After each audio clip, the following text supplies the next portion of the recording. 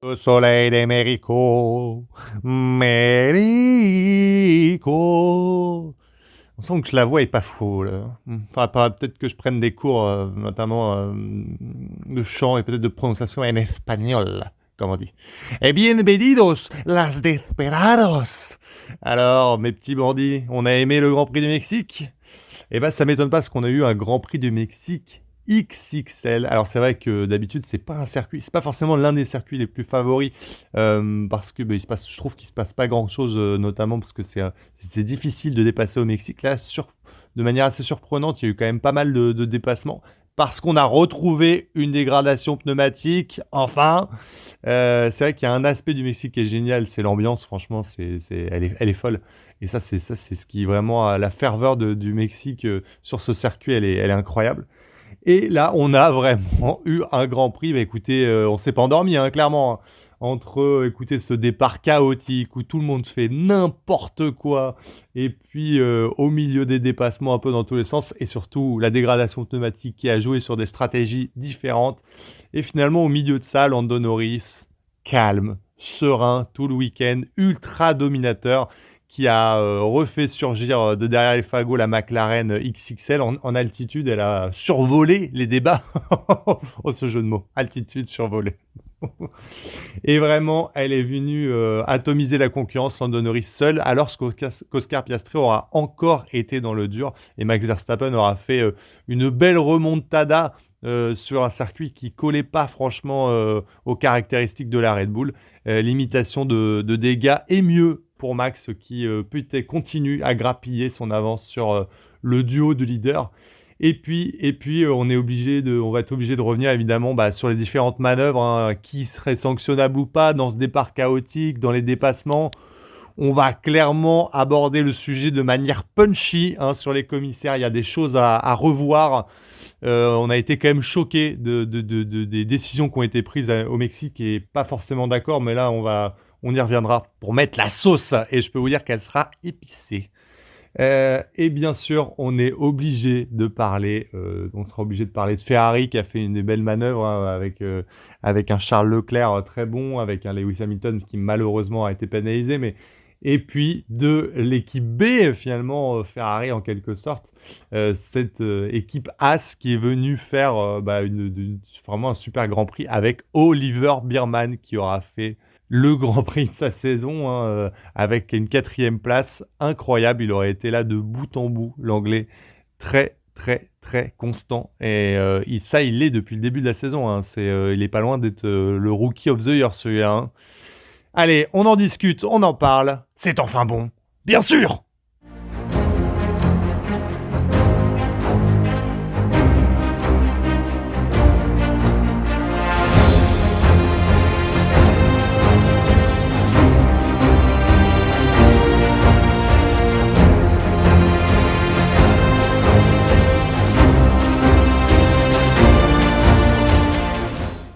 Alors, tu sens un peu la salsa dans ta bouche, une explosion de saveurs mexicaines. Eh bien oui, parce que tu étais devant ton écran, ou plus encore, peut-être sur le circuit ce week-end. Alors là, cadeau, pour le Grand Prix du Mexique qui a été mouvementé, départ chaotique, clairement, sur ce circuit. Mais avant de revenir sur ce départ chaotique, on va aborder le sujet McLaren avec Lando Norris et Oscar Piastri et des week-ends complètement opposés. Oscar Piastri continue à marquer le pas. Et là, j'avoue que autant on pouvait dire que ça avait été un peu une parenthèse, les États-Unis, on a senti qu'il était un peu plus en difficulté, mais en vrai, ça arrive toujours dans la saison qu'un pilote soit pas vraiment à l'aise sur un circuit, puis après, le Grand Prix d'après, il revient, en fait. Là, non, et là, c'est plus inquiétant pour Oscar Piastri. C'est la dernière ligne droite, on le sait, hein, il reste 4 Grands Prix après le Grand Prix du Mexique. Pour Oscar Piastri, pour un peu, c'est la dernière ligne droite, hein, c'est là où il va chercher son championnat du monde. Il sait que Norris est en train de revenir. Verstappen, on n'a pas besoin de le dire, il revient comme une balle. Il a 2 adversaires qui sont en pleine forme, et lui, il est en train de marquer le pas, malheureusement. Rendez-vous compte, il avait à peu près 35 points d'avance sur Lando Norris. aujourd'hui, après le Grand Prix du Mexique, il perd officiellement la tête du championnat. Il la cède à nouveau à Loris. C'était pas arrivé depuis le premier tiers de saison, donc ça fait un moment que Oscar Piastri il est en tête du championnat. Ça doit être depuis le quatrième, cinquième course, hein. Et là, Oscar Piastri, en plus de céder sa place, surtout, il a été très en difficulté par rapport à son coéquipier. La McLaren de Lando Norris, en tout cas, je suis obligé de préciser de Lando Norris, alors que c'est la McLaren en général, très à l'aise sur ce circuit en altitude. On a senti la McLaren très à l'aise, avec un très bon rythme. Lando Norris est venu chercher la pole large, hein, quand même, avec 2-3 bons dixièmes d'avance sur le deuxième, donc il avait de la marge. Mais derrière, en revanche, Oscar Piastri qui va se qualifier à près de 6 dixièmes déjà de Lando Norris. Et 6 dixièmes, ça l'amène à une 7e place sur la grille. Et déjà c'est chaud, quoi. 7e sur la grille alors que son coéquipier est premier. Et puis à 6 dixièmes, c'est un gouffre, hein. Des fois, une qualification peut jouer à 2-3 dixièmes. On se dit, voilà, il a loupé quelques virages, quelques secteurs. L'autre a fait un tour vraiment meilleur. Et puis, bon, le plateau est resserré, donc on se retrouve à une 4e place. Ok, mais là, 6 dixièmes, l'écart, il est quand même énorme. Et Oscar Piastri l'a dit, il est en difficulté au niveau de la conduite. Il a perdu ses sensations. Il n'arrive plus à reconduire la McLaren comme il le voudrait. Sauf que là, en plus, c'était sur un circuit où la McLaren était quand même très dominatrice. Norris a été intouchable de tout le week-end. La pole position, on l'a dit, il a fait 3 dixièmes devant le reste. Surtout, la seule voiture qui est en réelle capacité aujourd'hui à aller chercher, c'est la Red Bull. Précision de Max Verstappen, hein, c'est pour ça que j'ai dit la voiture et pas les voitures. La seule voiture du plateau, c'est celle de Max, donc conduit par Max et prototypé pour Max. Et Max, la Red Bull a été en grande difficulté quand même en altitude au Mexique. Il a tiré, il a fait ce qu'il pouvait et il est venu chercher une 5e place, mais bon, c'était quand même à près de 5 dixièmes de Lando Norris, donc loin, il n'y avait pas de concurrence. Et Lando Norris aurait été impeccable. Un départ à entendre, il a évité ce départ chaotique, en tout cas, il est resté devant en protégeant bien sa première position. Il s'est décalé à droite. Il a réussi à prendre un bon départ, donc il n'a pas subi ce phénomène énorme d'aspiration, parce qu'on le sait, hein, avant le premier virage, c'est l'une des lignes droites les plus longues, donc c'est très compliqué de défendre sa position au Mexique. Il a réussi, et puis derrière, il a déroulé, et puis il a terminé avec une avance colossale sur le reste, hein, une trentaine de secondes d'avance sur le deuxième. Il y avait absolument no match. Intouchable Lando, et puis il n'a pas forcé, hein. Je vais vous dire, avec le rythme qu'il avait sous la pédale, je pense que vraiment il a rallié l'arrivée tranquille, hein. Il pouvait pousser largement plus. McLaren donc de retour en forme. Oscar Piastri donc aussi en difficulté, seulement 7e sur la grille. Il va prendre un départ, en fait un départ qui est à l'image de ce qui s'est passé un petit peu depuis ce retour d'été, précautionneux. Voilà, on prend pas trop de risques. Parce qu'on est premier, parce qu'on est en tête. Depuis en fait l'abandon de Lando Norris, on a senti qu'il est passé en mode gestion, mais surgestion. C'est-à-dire on prend vraiment zéro risque. Et là c'était un peu le cas. Donc il y avait un départ chaotique. Faut pas se faire rentrer dedans parce qu'un zéro pointé, imaginez si votre coéquipier gagne, c'est 25 points dans la tronche. C'est quasi mort. Donc il ne pouvait pas se permettre ça. Donc il a pris un départ assez précautionneux. Résultat des courses, il ressort, il est 9e après le premier tour. Et du coup, il faut entamer la remontada. Après, il avait quand même un bon matériel, hein. Il avait une McLaren, mais pris dans le trafic, avec les difficultés qu'il a par rapport à Lando Norris, il va réussir à limiter la casse pour revenir à la 5e place. Il n'arrivera pas à se défaire d'Oliver Biermann. Peut-être qu'il aurait pu, ça aurait été... Ouais, je suis pas sûr que même avec la réparation de la voiture de sécurité qui sera arrivée, donc la virtual safety car dans les 2 derniers tours, il aurait pu doubler Biermann. Je pense pas. Je pense que voilà, il a atterri à la place qu'il devait, c'est-à-dire cette 5e place. En tout cas, l'écart a été creusé. Lando Norris repasse donc premier avec un point. Et dans tout ça, où était Max Verstappen? On est obligé d'en parler quand même. Max qui va donc effectuer un départ fou sur l'extérieur. Et ça, on va l'aborder dans un second point parce que j'ai envie de faire un décortiquage Max complet. Parce que la performance de Max, mine de rien, elle est liée quand même aux décisions des commissaires ce week-end. Pas que, hein, mais je pense qu'aborder la course de Max, c'est aussi aborder ensemble déjà les décisions globales des commissaires. Et ça, on aborde tout de suite ça dans la seconde partie. Donc ça y est, on y est. On va sortir les gants de boxe, les gants de catcheur, le masque de catcheur mexicain. Et c'est parti. On est parti pour le combat. Et on va aborder le sujet forcément des décisions arbitrales. Et ça commence forcément par ce premier virage qui est chaotique. C'est vrai qu'on s'attendait un petit peu déjà à ce que ce soit un peu musclé. Pourquoi? Alors, déjà, il y a deux facteurs. Le premier, c'est la typologie de circuit. Donc, on l'a dit, c'est une énorme ligne droite. Au bout, on a un S. Un peu comme à Monza, hein, finalement, cette longue ligne droite un peu distante. Donc, on a le temps de prendre quand même bien l'aspiration. Donc, finalement, la première place, c'est pas forcément l'idéal parce qu'en fait, les adversaires ont tellement de temps de vous aspirer, de prendre l'aspiration que derrière, ils peuvent vous déboîter. La seule grande différence quand même avec Monza, c'est que le S est beaucoup plus long. Hein, l'enchaînement du virage, en fait, droite-gauche est beaucoup plus long et lent. Ce qui fait que en coupant le virage, bah, en fait, on peut ressortir quasiment devant. Hein. Ça, c'est un point important. Autre point important par rapport à la caractéristique de ce virage, par rapport à Monza, il y a un échappatoire, vous savez, à Monza à gauche, avec en fait un chemin à suivre. Cet échappatoire, donc quand on loupe son virage, on est obligé d'effectuer des S à travers en fait des bandes qui ont été données. Et en suivant ces bandes, en fait, en suivant le S, forcément, on perd tellement de temps qu'on va ressortir à peu près normalement derrière les personnes qui ont suivi le circuit normalement, ce qui est un peu le but, hein, parce que dans la course automobile, normalement, tu restes sur le circuit, hein, c'est le but. Donc ça, c'est pas le cas au Mexique. Et donc, qu'est-ce qui se passe? C'était déjà un facteur de zoo, le zoo de Beauval, comme on dit. Deuxième facteur de zoo, évidemment, la typologie de la grille et du championnat. Qu'est-ce qui se passe? Lando Norris s'est qualifié donc premier. Derrière, on avait quand même sur la grille Charles Leclerc, Lewis Hamilton, George Russell, Max Verstappen, on l'a dit, qui s'est qualifié cinquième. Max Verstappen, il est troisième du championnat, il a le couteau entre les dents, c'est-à-dire qu'il reste 5 Grands Prix. Bon, là, on parle au moment où il y avait le départ. Hein. Il restait 5 Grands Prix, donc il faut aller chercher des gros points. Il a dit, on le sait, il a jamais peur de faire des virages, des freinages très très tardifs. Charles Leclerc, Lewis Hamilton, ils ont absolument rien à perdre, puisqu'ils partent deuxième et troisième sur la grille. C'est quasiment les meilleures places, puisqu'on l'a dit, ils peuvent prendre l'aspiration sur Lando Norris et essayer de le dépasser. Et surtout, championnat, ils n'ont rien à jouer.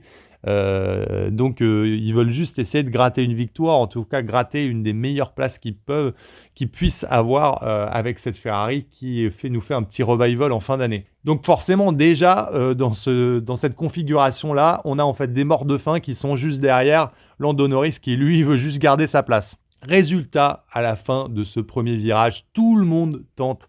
Donc tout le monde prend de l'aspiration de Lando Norris ou d'un confrère, tente de dépasser et on s'est retrouvé à 4 de front, les gars. 4 de front, c'est n'importe quoi. Donc on avait Lando Norris à droite qui défendait sa position, Lewis Hamilton qui s'est glissé entre Charles Leclerc et Lando Norris qui essayait de le dépasser à gauche, et puis Max Verstappen qui essaye de passer à gauche de gauche.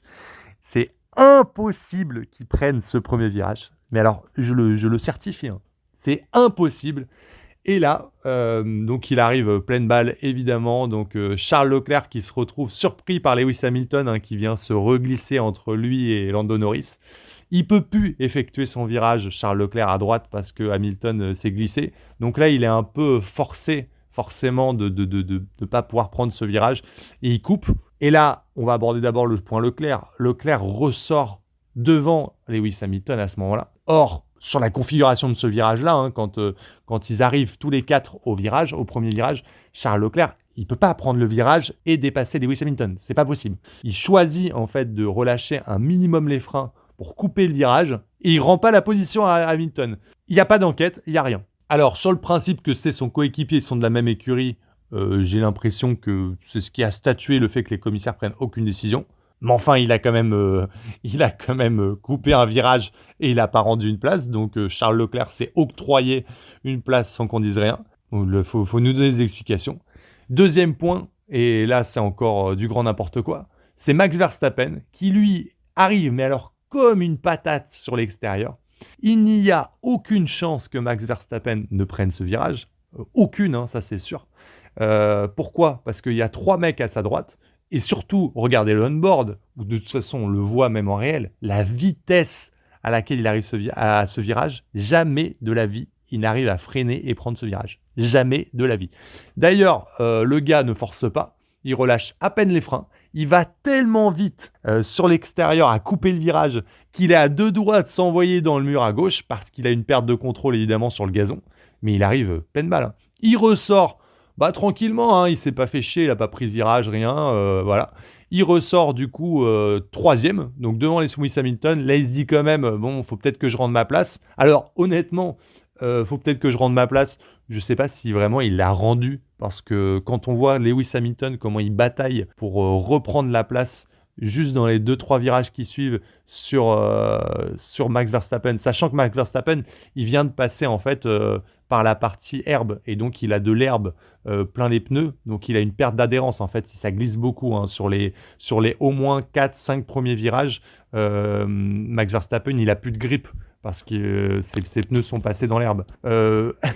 Donc Lewis Hamilton finit par le dépasser sur les 2 virages qui suivent. Je sais même pas si Max Verstappen lui a réellement rendu la position. Pas d'enquête, rien. Premier virage opérationnel, les commissaires, ils bronchent pas. Donc Charles Leclerc, Max Verstappen, rien du tout. Alors derrière forcément, qu'est-ce qui s'est passé ? J'ai vu hein, à la fin du Grand Prix, évidemment sur un Grand Prix de Mexique où c'est pas facile quand même de dépasser, on le sait. On a toujours ces problématiques cette année d'air sale. Donc quand on se trouve derrière un adversaire, nos pneus ils surchauffent, ils sont sales, on n'arrive pas à extraire le maximum de performance. Donc mieux on est placé, évidemment, après ce premier tour, meilleur on va finir, j'ai envie de dire. Mais qu'est-ce qui se passe ? En fait, les commissaires ne se sont pas prononcés. Max Verstappen va faire une remontée, va terminer troisième. Et j'entends hein, George Russell, qui a été celui qui va se plaindre le plus de cette situation à la fin du Grand Prix. Il dit écoutez, moi j'ai pris mon virage, je suis ressorti, et quand je suis ressorti, les 2 mecs que j'ai vus qui étaient devant moi, qui n'ont pas pris le virage, ils sont sortis devant moi. Et tranquille, pas d'investigation, pas de pénalité, rien. Moi je suis totalement d'accord. C'est du grand n'importe quoi. C'est-à-dire que les mecs qui se font pas chier en fait sur le premier virage, le fameux Let Them Race qu'ils appliquent dans les 2-3 premiers virages sur le premier tour, c'est-à-dire que sur le premier tour, on a le droit de faire n'importe quoi aujourd'hui. On n'a pas besoin de se faire chier en fait à essayer de prendre le virage haute. On dit ah non, moi je suis arrivé un peu rapide, je pouvais pas prendre le virage. Vous savez, il y avait plein de voitures un peu partout, donc j'ai dû couper. Mais en fait, ça marche pas comme ça. Alors c'est très drôle à voir, hein, ça nous fait de l'action et tout, mais là il n'y a aucune règle qui a été suivie. Enfin, le but quand même, c'est de suivre la trajectoire d'un circuit là. Là, c'était pas le cas. Là, il y a 2 mecs qui n'ont pas fait, dont un spécifiquement néerlandais qu'on ne va pas citer, mais on a tous compris qui c'était. Résultat, ces mecs-là, ils ressortent devant Russell. Évidemment que Russell, il a les boules. Il se fait chier à freiner plus tôt pour prendre le virage, lui. Et quand il ressort, il est derrière ce troupeau-là, et les mecs, ils coupent. Enfin, c'est n'importe quoi. Ils coupent, ils rendent pas réellement la position, et puis ils font leur life, et puis ils sont devant. Après, ils ont de l'air propre, ils sont tranquilles, et puis ils terminent devant lui. Alors, je dis pas que George Russell avait forcément un rythme plus grand que Max Verstappen, par exemple. Je pense qu'il aurait terminé quand même derrière. Mais enfin bon, ça change quand même beaucoup hein, la position après le premier tour. Donc, pas de pénalité pour ça. Déjà, c'est incompréhensible. Mais bon, j'ai envie de dire, il y a 2 solutions simples hein, déjà pour régler ce problème. La première, c'est changer les commissaires, parce que les commissaires actuels, c'est pas des salariés en fait. Les commissaires, ils sont changés à chaque Grand Prix. Donc à chaque Grand Prix, on va rechercher des mecs qu'on conduit dans le sport auto à un moment, qui se trimballent dans le paddock, qui connaissent le règlement, tout ça, et on les place là et puis ils font commissaire. Donc ils se relaient un petit peu dans l'année et tout. Or, si c'était des salariés, donc si c'était des commissaires fixes, ça serait un corps arbitral fixe, donc les règles, ça serait toujours les mêmes, ou en tout cas l'interprétation de ces règles serait toujours les mêmes. Au moins tout le monde saurait se situer. Là, en fait, ça change à chaque Grand Prix. Tant qu'on n'aura pas des commissaires, et ça Carlos Sainz, il le défend et il a raison, tant qu'on n'aura pas des commissaires fixes, des commissaires salariés en poste et qui nous font toute la saison, on ne pourra pas avoir des points tranchants et de la visibilité. Et puis surtout, si c'est un salarié, on se plaint, on dit écoutez, là ça fait 3 décisions, on ne les comprend pas, il peut se réajuster. Mais là, en fait, les mecs, ils en ont rien à foutre, ils reviennent, on ne sait même pas quand, ces commissaires-là. Quand est-ce qu'on va les revoir à spots, quand est-ce qu'ils vont arbitrer un autre, on ne sait pas. Et aucune visibilité, c'est ça. Voilà, aucune visibilité, aucune constance, et ça donne ce genre de décision. Alors, sur les commissaires, j'ai pas terminé parce que forcément, il faut aborder le deuxième sujet. La collision, on va dire, entre Max Verstappen et Lewis Hamilton, hein. Donc, sur cette tentative de dépassement, Max Verstappen va faire un espèce de dive bomb de l'espace, comme il en est le spécialiste, il faut le dire, sur Lewis Hamilton. Problème, ça passe pas vraiment. Il s'appuie avec ses pneus sur Lewis Hamilton. Bon, c'est pas la première, j'ai envie de dire, mais là, sans ça, est-ce qu'il prend son virage? Moi, je crois pas. Lewis Hamilton est forcé de forcing another driver of the track, hein. Donc, il est forcé de quitter le circuit, enfin la piste en tout cas. Il revient sur la piste. Donc, quand on force un autre pilote, généralement, qu'on peut pas prendre le virage, qu'on se sert de lui comme une auto-tamponneuse et qu'on le fait sortir, bah, généralement, normalement, une pénalité. Donc là, il n'y a rien eu.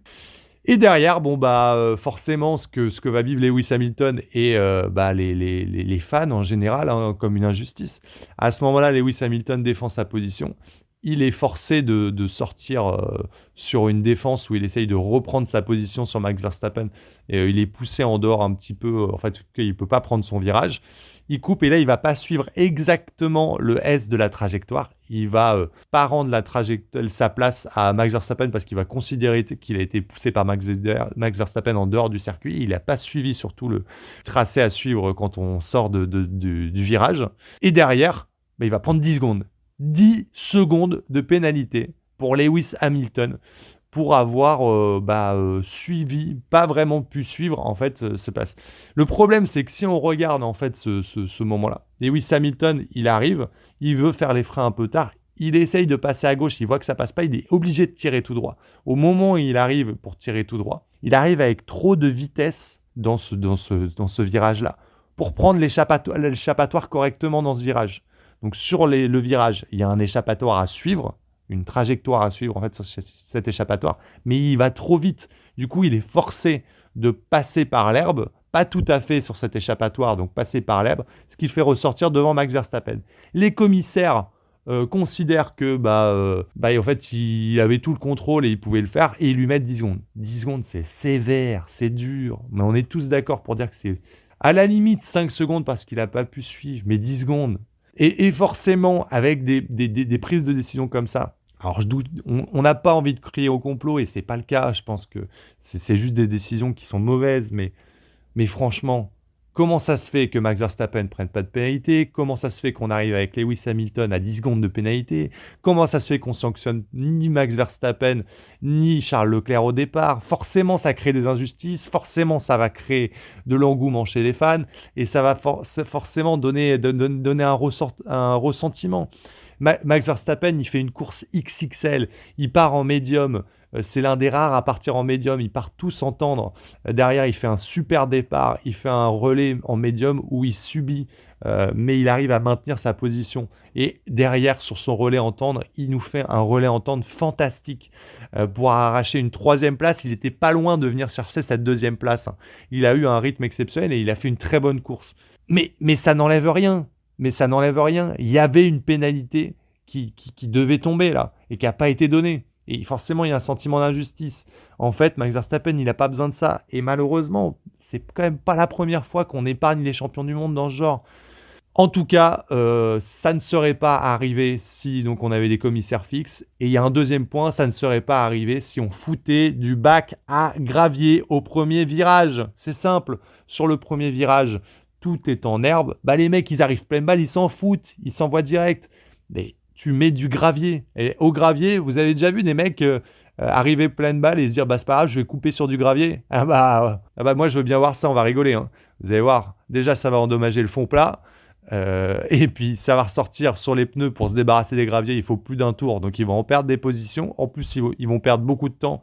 Voilà, la solution, elle est quand même pas très compliquée, mais on ne s'est pas foulé, hein, parce que le Grand Prix du Mexique, il est là depuis 2000, il est de retour au calendrier depuis 2015. 2015, hein, on est en 2025. Donc on est au courant de ce problème depuis un bout de temps. Ah bah voilà, là je me suis défoulé, ça faisait du bien, franchement c'était punching ball et tout. Je suis désolé, mais c'est vrai qu'il y a eu, pour terminer ce chapitre, il y avait vraiment, je trouve que ça a gâché, en fait, ce Grand Prix. Il y a eu beaucoup d'animation dans ce Grand Prix, il y a eu beaucoup de dépassements. On a eu la remontée de Max Verstappen justement était sur une stratégie différente. On a eu la course de Charles Leclerc qui a poussé, qui a essayé de défendre. On avait la place d'Oliver Biermann, on va y revenir. Enfin, on avait plein de belles choses et en fait, ces décisions ou ces non-décisions, en fait, elles ont vraiment, je trouve, gâché le Grand Prix parce qu'en fait, elles vont donner place à des discussions sur pourquoi en fait cette personne n'a pas été sanctionnée, pourquoi il y en a qui ont le droit de faire n'importe quoi et d'autres non. Et c'est très dommageable forcément toujours pour la F1, pour l'image de la F1 et pour l'équité du championnat. Bref, chapitre refermé là-dessus. On switch tout de suite sur les performances donc sur la piste. Alors déjà, pourquoi on a eu un Grand Prix du Mexique très très très haut de gamme, comme on dit? Bah tout simplement, regardez, c'est tout simple. On a retrouvé une usure pneumatique. Alors pourquoi? Pas parce que les pneus Pirelli ont changé, hein, parce que les pneus Pirelli sont toujours assez conservateurs. Mais on avait la chance au Mexique d'être en altitude, hein. Je crois que c'est à 2200 mètres, donc le circuit là très très élevé, ça a provoqué une forte dégradation pneumatique avec la compression atmosphérique. Et ces pneus du coup qui ont surchauffé, et bah comment on s'est retrouvé? On s'est retrouvé sur des stratégies avec des deux arrêts, des stratégies à un seul arrêt. Ah, quel plaisir de revoir une course où il y a des stratégies diverses. Et qu'est-ce que ça change? Bah, ça change tout. Il y en a qui rentrent au sein des moments, il y en a qui ont plus de rythme, on a des dépassements, on a ceux qui essayent de tenir sur un seul arrêt avec des pneus plus usés. Enfin, on a des stratégies variées. Et là, on a retrouvé le goût du plaisir. Bon, dès le début, sur la grille quand même, on a vu Max Verstappen a fait un choix très fort et ça, j'ai trouvé aussi ça très intelligent. C'est que lui a dit, bah ouais, moi je vais me battre quand même pour aller chercher les meilleures places au premier virage, hein, puisqu'il n'avait pas peur de faire les freins, mais il va partir en médium alors que l'ensemble de ses adversaires, ils vont partir en tendre. Et ça va être déjà un gros avantage parce que partir en médium pour finir sur des tendres, c'est bien mieux que l'inverse. Surtout que là, on va le voir, au Grand Prix du Mexique, les médiums, elles ont marché pour personne. Personne n'avait un très gros rythme sur les médiums. En revanche, sur les tendres, tout le monde avait un très bon rythme. Et donc, Max Verstappen va réussir à faire un très bon départ avec des médiums. Donc, déjà, on l'a dit, il va ressortir troisième, puis après quatrième, parce qu'il va relaisser sa place à Hamilton. Et puis derrière, il va faire un très bon premier relais en médium. Enfin, on a l'impression que c'est un relais très moyen à ce moment-là de la course, parce qu'on ne se rend pas compte en fait que les autres sont tous en tendre et qu'ils ont un rythme de fou par rapport à ce qu'ils peuvent faire. Et ensuite, quand tout le monde va repasser en médium et va un peu souffrir sur le rythme, lui, il va passer en tendre et là, il va passer dans une autre galaxie. Là, il va passer sur la galaxie, en fait, Lando Norris, qui était tout seul au monde en tête, sur un rythme hallucinant, c'est-à-dire 5 dixièmes plus vite que Charles Leclerc par tour.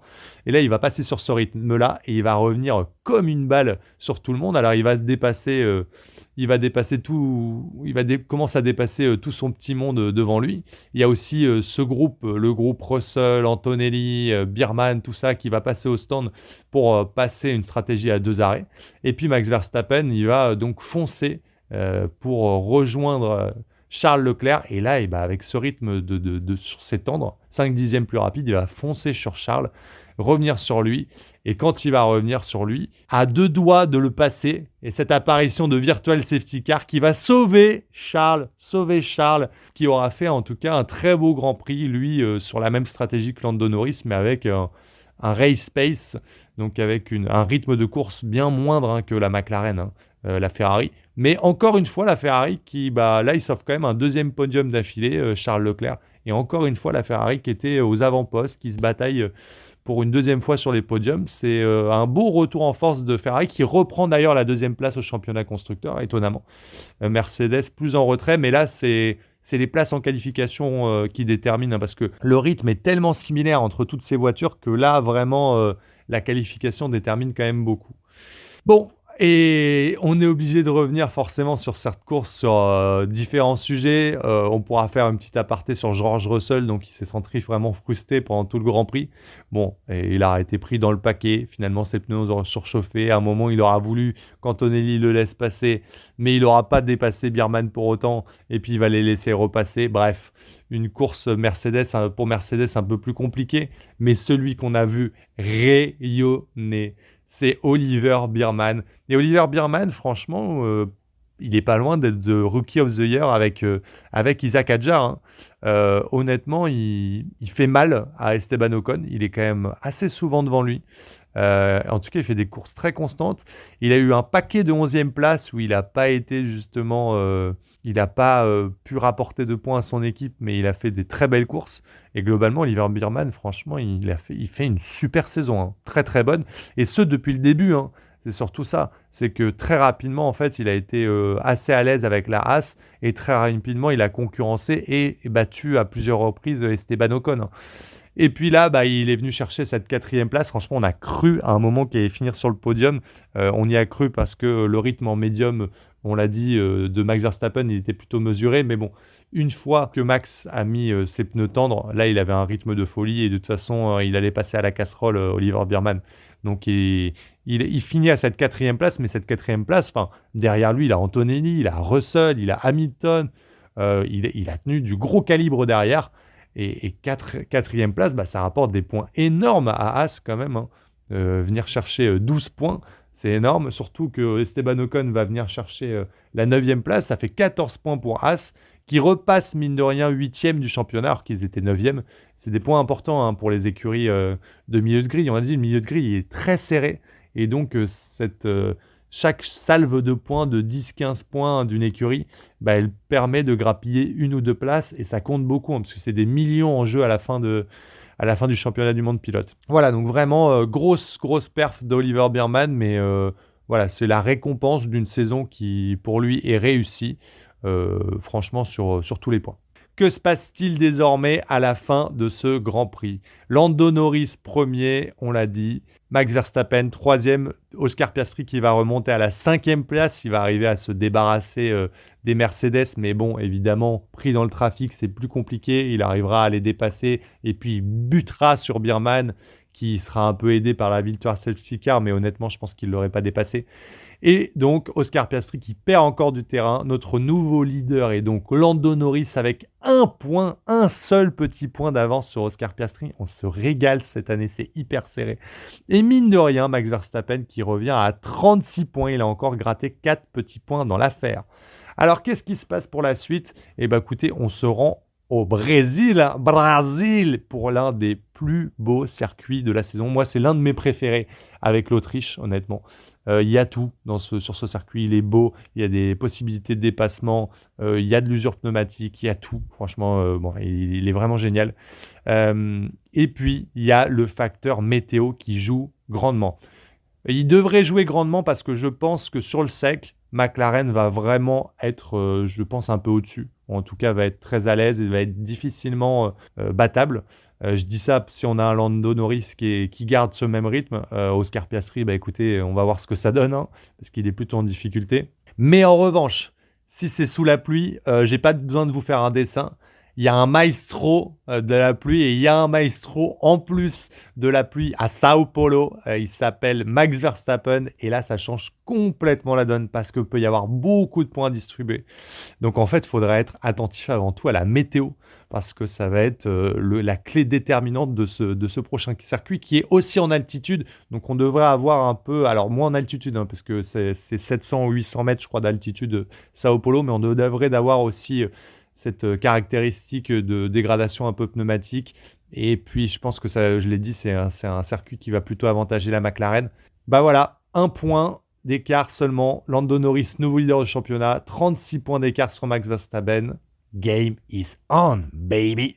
On fait le point de tout ça. Et c'est avec enfin bon, bien sûr!